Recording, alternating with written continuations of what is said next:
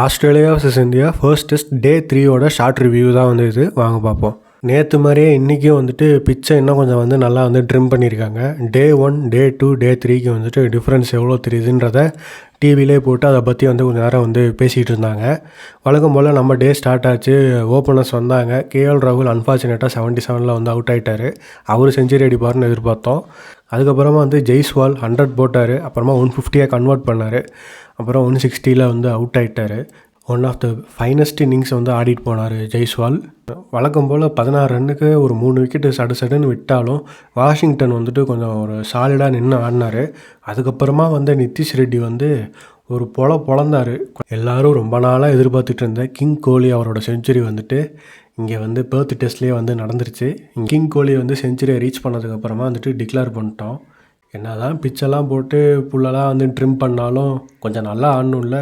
3 wicket விட்டாங்க. Australia மிக பரிதாபகரமான நிலைமையில் இருக்குது. இந்தியா மிக ஹோல்சமான நிலைமையில் இருக்குது. இன்னும் கொஞ்சம் நேரத்தில் ஐபிஎல் ஆக்ஷன் இருக்குது அப்படிங்கிறதுனால இது இன்றைக்கி டேக்கான ரிவ்யூ. நாளைக்கு ரிவ்யூவை நம்ம நாளைக்கு பார்ப்போம். பாய்.